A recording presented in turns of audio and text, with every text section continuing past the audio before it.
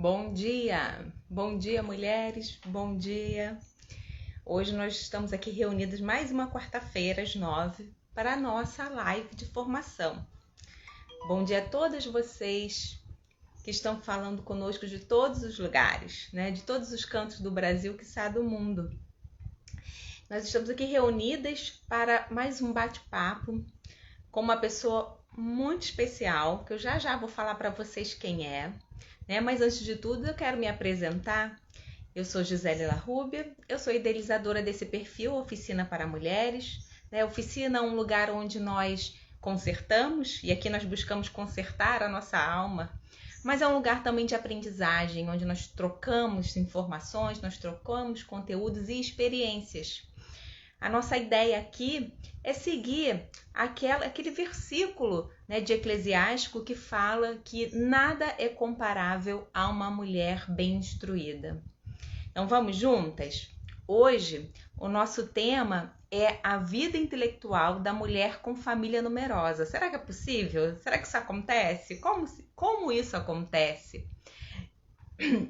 Então nós vamos conversar com uma pessoa que tem uma experiência bem bacana e vai poder falar com a gente assim, de forma bem especial sobre esse tema, tá bom?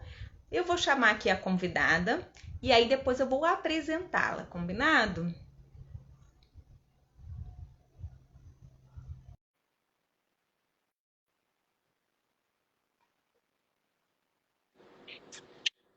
Bom dia, Olá, Gisele, tudo bom? bom dia, tudo bom, Mari? Então, eu vou apresentar você aqui, as nossas seguidoras. Essa é a Mari Citelli, né? Ela é mãe homeschooler de 8 e ela é educadora parental e coach familiar, certo, Mari? Certo. Tudo bom, pessoal? Bom dia. Deixa eu só falar um pouquinho sobre mim, né? Eu estou esperando meu oitavo filho agora para abril, então a gente já tem aí uma jornadinha, né? Eu tenho filhos que vão desde a adolescência, já alcançando perto da maioridade, uma escadinha que vem aí com eles, né? E agora vem o nosso caçulinha, que é o Miguel. E nós somos uma família homeschooler há 13 anos, né? Então, quando os mais velhos estavam aí na faixa dos seus 4, 5 aninhos, a gente começou essa jornada da educação domiciliar. Então, durante vários dias, né? Vários anos, eu me dediquei exclusivamente a essa vida de homeschooling, né? Então, por 8 anos, eu estava completamente dedicada a eles, ao estudo deles.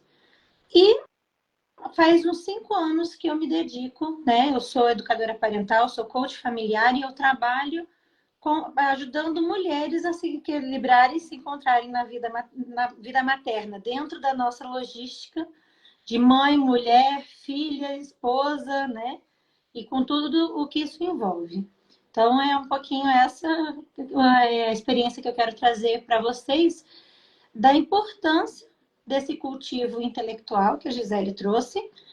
Só que esse intelectual, vou trazer aqui como uma forma muito prática, né? A gente precisa desse cultivo intelectual, mas em algumas fases da nossa vida, algumas fases dos nossos filhos, a gente vai precisar aí realmente de uma praticidade maior nessa vida intelectual. Mas é sobre isso que a gente vai estar falando hoje. Ah, excelente, Mari. E eu queria falar aqui, né, que eu cheguei até a Mari através da Aline, do perfil Aline Teologia, que é também uma mãe, né, homeschooling, e é uma pessoa maravilhosa. Então, eu quero agradecer aqui também a Aline. Ela falou que ia tentar estar ao vivo com a gente, Que legal. né, que Beijo me para levou ela até a também. Mari, assim. E eu fiquei apaixonada pelo seu perfil, Mari, assim. Então, acredito que hoje a gente vai ter um papo bem bacana, até porque, é assim, uma das grandes angústias mesmo das nossas seguidoras, e é a questão da família numerosa. Quando eu comecei esse trabalho, né, da vida intelectual e mostrando, porque assim, a minha grande intenção, se for de Deus também, amém, é formar um exército de mulheres que se voltem para a formação, que que entendam que a formação ela não acaba na escola, que entendam que a vida intelectual ela vai muito além dos livros, ela vai muito além de uma escrivaninha, né? E nós, mulheres, e aí eu sempre gosto de ressaltar que eu sigo uma linha, né, que Santa Teresa Benedita da Cruz, né, com o nome dela de batismo é Edith Stein, ela vai falar que o homem e a mulher, e aí ela está seguindo Santo Agostinho, é como se o homem e a mulher tiver, apesar da mesma constituição humana, enfim, é como se eles tivessem atributos diferentes para a alma. Então, logo, e Santa Edith Stein, ela estuda muito sobre a formação da mulher, como deveria ser as escolas para as mulheres. Eu venho me inspirando muito nisso. A formação intelectual da mulher, ela é diferente do homem. E aí a gente vem conversando sobre diversos assuntos, entre eles essa questão, né, de conciliar essa vida de estudos com a maternidade. Eu quero dar a palavra toda a você, Mari. Fica à vontade aí para falar com a gente. Beleza. Então, assim, o que eu queria trazer para vocês, né? Dentro dessa minha experiência de 13 anos, aquilo que eu falei. Antes eu trabalhava fora, né? Quando eu estava grávida do meu quarto filho, né?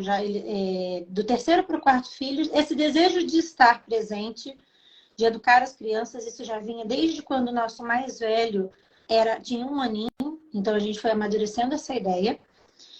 Quando eu estava grávida do meu quarto filho, foi quando a gente bateu o martelo, né? Nos organizamos e eu voltei integralmente para casa. E como eu falei, durante 8 anos, esse era o meu universo, essa era a minha necessidade, que era toda a minha instrução e conhecimento a respeito do homeschooling, certo? E aí eu fiquei contente, plena, satisfeita por 8 anos. Só que chegou um momento, né, com o nascimento do meu 6º filho, eu tive um burnout muito grande. E durante uns 6 meses é como se eu estivesse patinando no gelo. Eu não saía do lugar. Então eu fazia aquilo que era o mínimo necessário para manter o homeschooling deles, mas aquilo estava me trazendo uma insatisfação e eu não sabia o que era, porque eu estava onde eu tinha escolhido estar. E o que me deparou, né? Eu me deparei com essa seguinte situação. Ao longo desses 8 anos, todo o conteúdo estudado e aprendido estava diretamente relacionado ao homeschooling e atenção direta às crianças. E aquilo me deu uma sensação de estagnação. É engraçado pensar nisso, né? Por quê? Porque eu tinha outros conhecimentos que eu queria me aprofundar, mas que eu não chegava ou que eu não dava devida importância. Então, o que eu queria trazer aqui para vocês, né? Que a gente, né? Nós temos diferentes fases da nossa vida, mas a gente tem uma necessidade intrínseca de conhecimento e de aperfeiçoamento enquanto mulher, né? Enquanto pessoa. Que eu falo, antes de sermos mães, nós éramos esposas, antes de sermos esposas, nós éramos mulheres com interesses, com gostos, com particularidades em algum tema. E muitas vezes a gente acaba deixando isso de lado, né? A gente acaba indo para um ponto que eu vou até comentar aqui, que é aquela doação incondicional aos nossos. Que isso é maravilhoso, é isso que a gente busca, é aqui que a gente vai encontrar também a nossa satisfação. Só que como um copo vazio, a gente não consegue preencher se nós não temos de onde tirar. E tem um estudo que fala que o desenvolvimento, né, a capacidade e a satisfação, principalmente a satisfação pessoal, principalmente da mulher, ela passa sim por essa doação incondicional, mas ela tem aí uns pré-requisitos de que, para que a gente possa se doar incondicionalmente, onde eu não vou ficar buscando ali uma moeda de troca com o meu marido ou com os meus filhos, com a minha família, eu vou simplesmente me doar porque eu estou plena, porque eu tenho de onde tirar. E essa plenitude, ela vem de alguns aspectos que são basicamente intrínsecos à mulher, ao desejo de fazer isso acontecer, porque ela não depende de terceiros. Então, está relacionado a gente ter aí toda essa questão do amor próprio, tá? Onde esse amor próprio está diretamente relacionado a gente saber quais são os nossos limites e nossas limitações, ter esse conhecimento pessoal, passa em termos um grupo de pertencimento, ainda que não sejam pessoas amigas, não entra num grau de intimidade, mas que a gente tem aí um grupo onde a gente fala assim, poxa, tá vendo? Vou dar um exemplo meio genérico, assim, pessoas que fazem, sei lá, crochê, um esporte, tem uma afinidade. Ainda que eu não tenha intimidade com essas pessoas, é um grupo que às vezes eu acompanho, me encontro de vez em quando. Então, isso é dado o nome de conexão, ter um grupo de pertencimento, tá? Um terceiro ponto dessa satisfação pessoal, ela está diretamente relacionada a ter uma rede de apoio emocional, tá? Quando a gente fala em rede de apoio, eu conheço e tenho, né, muitas mães, muitas mulheres que não têm ajuda nenhuma em casa, fazem dupla, tripla jornada, cuidam ali de todo o cuidado da casa, dos filhos, às vezes com um trabalho fora ou dentro, né? Mas às vezes, quando eu falo dessa rede de apoio emocional, são aquelas pessoas realmente que vão entrar no seu íntimo. E aquela pessoa para quem você vai ligar e falar, poxa, hoje o dia tá difícil, hoje foi puxado, hoje tá com essa situação, aconteceu isso. É uma amiga, é um parente, às vezes uma irmã, uma tia, uma prima, mas que dá esse conforto emocional. E o quarto pilar dessa satisfação emocional está diretamente relacionado ao desenvolvimento pessoal, tá? Desenvolvimento pessoal seguido de espiritualidade. E é aqui que a gente entra. Quando a gente pega nesse desenvolvimento pessoal e quando a gente se refere a essa vida intelectual de uma mãe, de uma família numerosa, muitas vezes a gente vai estar ali realmente de forma muito prática adquirindo algum conhecimento, né? Essa vida intelectual, ela passa diretamente por essas faculdades cognitivas de conhecimento. E isso a gente pode trazer em diversas áreas da nossa vida. Só que assim, claro, salvo algumas poucas, tem muitas pessoas que têm esse afã intelectual, têm essa vocação para uma vida mais acadêmica, mas a grande maioria não é nesse nível de profundidade que a gente precisa para alimentar esse nosso intelectual. Então, aqui é interessante pensar exatamente isso, né? Quando a gente pensa nessa vida intelectual, a gente tem que estar pensando o que eu preciso neste momento ou o que eu estou sentindo falta neste momento. Então, geralmente, o que eu faço, né? O tempo não é muito, obviamente. Nós temos muitas demandas, mas é trabalhar principalmente a constância e escolher um tema que vai nos atender naquele momento. Então, geralmente, aqui em casa, né? O que eu faço? Eu às vezes vejo os meus filhos lendo e eles leem 1, 2 livros na semana, né? Tem tempo de sobra. Pegam um livro grosso e, né, destrincham. Obviamente que a gente não vai chegar nesse nível de leitura ou de tempo disponível. Mas sim, é possível. E é possível como? Primeiro, separando esses temas. Então, geralmente, eu coloco uma leitura espiritual para trabalhar esse quesito espiritualidade, onde eu vou estar lendo ali um pouquinho cada dia, né? 5, 10 minutinhos. Então, uma das coisas que eu coloco, que eu acho interessante, e eu aprendi com uma amiga, que era assim, faça chuva, faça sol, aquele pouquinho que eu estipulei, eu vou estar seguindo ele. Então, geralmente, eu pego o post-it, coloco vários post-its nas páginas, eu já demarco o livro todo, e a hora que eu sento para ler aquele livro, eu vou ler aquela porçãozinha que eu me dediquei e fiz o propósito de ler, tá? Então, vai entrar realmente um livro de leitura espiritual, um livro de leitura profissional, né? Eu atendo muitos casais, atendo famílias, então sempre tem algum livro relacionado a isso. E, se possível, né? Quando possível, seria assim, algum tema de leitura mais cultural, digamos assim, né? Daí entram poemas, prosas, algum livro que você tem interesse. Só que daí isso que eu gosto de falar, né? A gente vai se adequando à nossa realidade. Então, ter pequenas metas de um livro ou de um conteúdo ajuda a gente a perseverar. Você fala assim, eu vou ler um livro em uma semana. Provavelmente eu vou levar muito mais tempo para finalizar um livro. Então, aqui, ó, geralmente é isso aqui que eu faço, tá vendo? Ó, aqui, ó. Então, eu vou delimitando. E, claro, para cada assunto, eu vou colocar ali o tempo que eu acho necessário para aquilo. Sejam 5 minutinhos, 10 minutinhos. Vai estar relacionado ao cansaço, né? Ao período que eu estou passando. Então, será que eu consigo ler um pouquinho mais? Então, vai muito nessa vida prática que eu estava comentando. E é legal a gente pensar o seguinte, Gisele, quando a gente fala também desse conhecimento mais prático, muitas das vezes a gente precisa estar aprofundando na nossa vida de família, às vezes na gestão da nossa casa, porque isso vai também nos proporcionar tempo para que a gente consiga chegar em outros conhecimentos que talvez não sejam tão na prática do nosso dia a dia. Então, eu gosto muito, né? Eu sou devota de São José Maria Escrivá.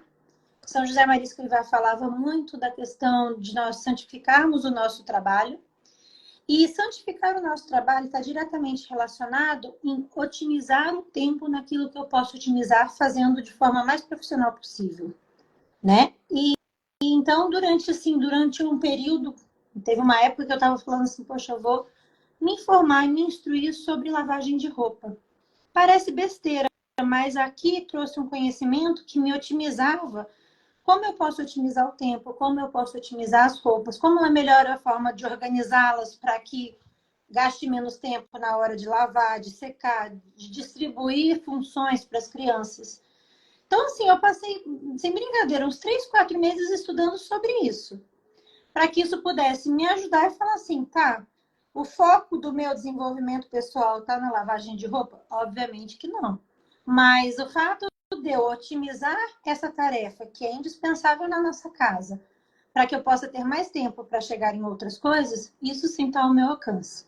Então, é exatamente sobre o que eu posso fazer, como eu posso otimizar. Então, daí vai desde a instrução de otimizar a hora das refeições e da comida, né? Otimizar, às vezes, ter uma ordem mais clara em relação a rotinas da casa para que eu possa ter tempo. Por quê? Na casa é um trabalho que é infindável. Se a gente vai esperar ter o tempo hábil para fazer alguma coisa, a gente não chega nunca em lugar nenhum. Então, é dar a sua devida importância àquilo que precisa ser feito, levando em consideração que aquilo ali, bem, né, tendo uma boa gestão, vai me proporcionar que eu tenha tempo para coisas que eu realmente quero fazer, ou que eu tenho necessidade de fazer, né? Seja na formação profissional, seja na formação intelectual ou espiritual. Então, eu queria trazer essa ideia aí para vocês, né? Assim, excelente, Mari, porque é a live para a pessoa voltar depois a assistir com caneta e papel na mão, se não anotou e anotar.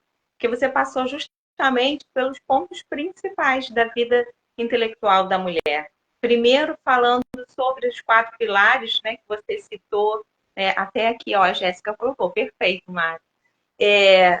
Para a própria estrutura emocional da mulher, né, do que ela precisa realmente. A gente questão do autoconhecimento também, ver o que a gente precisa, se conhecer a nossa natureza, a nossa missão, para a gente poder se estruturar.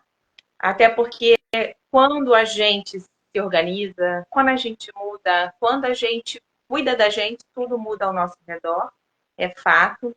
E aí depois você falou com a gente aqui, né, da questão do estar presente. O Sertilange, na vida intelectual, ele fala sobre isso. Você não precisa ler muito, pelo contrário, esse livro é da década de 20, mas foi um assombro quando ele falou assim, leia pouco, que inicialmente as pessoas não entenderam que esse ler pouco era estar completamente presente naquela leitura.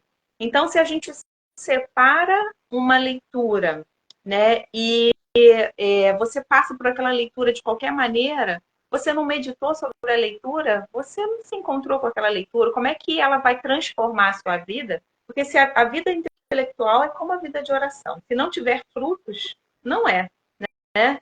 Então, quais são os frutos que essa sua vida intelectual está trazendo para você, mulher? Então, é estar presente, né, por inteiro naquela leitura, mesmo que ela se prolongue, o tempo que a gente tem é o tempo que é o necessário, né? E aí, pode falar, Mara. Desculpa te cortar, Gisele, mas assim, aqui também entra um pouco da gente estar atento às brechas que temos ao longo do dia, né? Isso que você falou de aproveitar bem a leitura. Eu, por exemplo, não sou ninguém sem um lápis na mão. Então, eu só leio, os meus livros todos têm assim, ó. Geralmente ele tem o lápis de onde eu tô, porque para grifar, para anotar, para fazer uma marcação da página, aquela página que eu gostei, né? Geralmente eu uso só lápis, porque assim, falo, se eu precisar apagar, né? Tá aqui. Mas eu vou fazendo anotações no próprio livro, tá vendo? Então, assim, uma passagem que eu achei interessante, uma página que eu achei interessante, um ponto que eu quero depois buscar a referência com mais rapidez, geralmente eu vou anotando nas contracapas, né? Na contracapa do livro. Então, assim, a gente tem que aproveitar essas brechinhas. Às vezes, tem pessoas que se dão muito bem com audiobooks, né? Você ouvir aquilo. Eu, particularmente, não gosto, porque eu gosto de estar, por exemplo, se eu estou no carro, é um tempo que eu estou com as crianças, eu preciso estar atento ao que está acontecendo, mas tem gente que, mesmo assim, coloca um fone só e vai ouvindo o livro. Ter sempre alguma coisa disponível de leitura à mão, né? Hoje com os celulares, os tablets, isso facilita muito, porque a gente pode ter na bolsa ali, às vezes, um livro que você está acompanhando, o Kindle, por exemplo, e você está numa fila, está em um tempinho, está numa espera, esperando uma consulta, alguma coisa, você pode ir lendo, né? São formas da gente ir adquirindo hábito. E se nós tivermos, por exemplo, algum conteúdo que é de mais profundidade, que precisa um pouco mais de concentração, de atenção, claro, a gente otimizar o tempo e ver qual é o melhor momento do meu dia para que eu possa fazer isso. Às vezes, esse tempo está diretamente relacionado a gente se organizar um pouquinho, de repente acordar um pouco mais cedo para ler aquele conteúdo, finalizar aquele tema antes de todo o burburinho familiar começar, ou às vezes mais no finalzinho do dia, né? Para quem é mais noturna, porque também não adianta a gente colocar uma meta de algo que a gente vai fazer num período que a gente já não está mais, né, respondendo, né? Que a alma já saiu do corpo. Então, é por isso essa questão também da gente se conhecer. Qual é o período que eu tenho maior atividade e atenção ao longo do meu dia? Dentro desse horário, será que eu consigo colocar esse momentinho de leitura, de estudo aqui? Eu consigo encaixar isso na minha rotina? Se não, o que precisa ser feito para que ele entre, se é algo tão fundamental para mim? Eu já atendi, assim, umas 3 pessoas, mães, né, que tinham essa necessidade realmente intelectual mais profunda e associado à escrita. Então, assim, o fato da pessoa não ter um tempo para sentar e escrever estava trazendo ali uma, uma apatia na vida, porque é uma coisa tão fundamental para a pessoa e de repente ela não se vê com tempo para fazer aquilo. Então a gente fala assim, poxa, se é tão importante, não pode ser deixado para o final do dia. Porque isso é importante para você, você se sente bem fazendo, você precisa desse ato de sentar, ler algo profundo, escrever, fazer, de repente, um blog, alguma coisa, né? Então, justamente nos meus atendimentos, eu também vou ajudando essa pessoa a perceber o que é importante para ela e onde ela vai encaixar isso no dia, uma vez que isso é tão fundamental para a vida dela. Então, eu já tive gente falando que era logo que acordasse, pegando a soneca dos filhos pequenos na parte da tarde para sentar nesse momento de maior concentração e escrever. Propostas pequenas, que às vezes é escrever 1, 2 páginas ali, mas sentar, escrever e resumir aquilo que foi feito. Entendeu? Por quê? Porque como isso nutre uma parte fundamental desse conhecimento, desse desenvolvimento pessoal, isso faz com que ela tenha satisfação de falar, agora eu vou me doar para os meus filhos, porque eu alimentei aquela partezinha importante que eu vejo como necessário para a minha vida. E muitas vezes, na maternidade, a gente vai simplesmente negligenciando essas necessidades pessoais. Então, eu gosto muito de usar aquela analogia da vela, né? A vela, ela serve para esquentar, para iluminar, para aquecer o ambiente onde está. Se ela tiver oxigênio. Se ela não tiver oxigênio, se ela estiver apagada, ela vai ter só aquele pavio enegrecido, preto, feio, né? Com frio. E isso não é o que a gente quer para nossa família. Então, assim, a gente tem que pensar, e para quem tem essa vocação intelectual, ou simplesmente essa necessidade, que daí entra na grande maioria das mulheres, essa necessidade de desenvolvimento pessoal, a gente precisa ter esses oxigênios ao longo do nosso dia. Ao longo aí de um período, para que a gente possa falar assim, não, agora eu estou aqui cheia e plena para fazer essa doação incondicional. Né? Nisso que eu estava falando desses pilares, então entra essa questão do desenvolvimento pessoal, essa espiritualidade, o entusiasmo que é fazer ou estudar aquilo que a gente goste, e não porque, como foi o caso desses 8 anos, toda essa questão de educação, de material, eu fui estudando isso por uma questão de necessidade. Mas é aquela situação, sabe quando a mãe já não sabe a música que gosta, porque só ouve música infantil? Já não tem uma leitura que goste, porque só tem contos infantis na cabeça, livros infanto-juvenis ali disponíveis, né? Então é mais a gente saber assim, falar, poxa, qual é o tema que eu gosto? Ou que eu gostaria de me aprofundar, eu gostaria de conhecer um pouco mais. E aqui entram os temas mais variados, vai desde filosofia a jardinagem.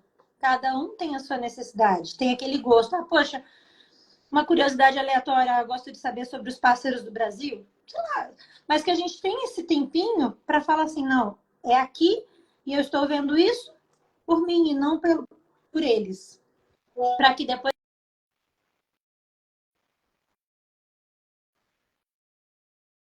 Então, agora eu estou por eles, eu entrego tudo o que eu quero e posso, porque eu não espero nada em troca.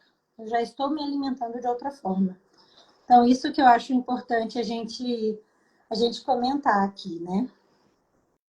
Mari, sabe o que eu queria te perguntar?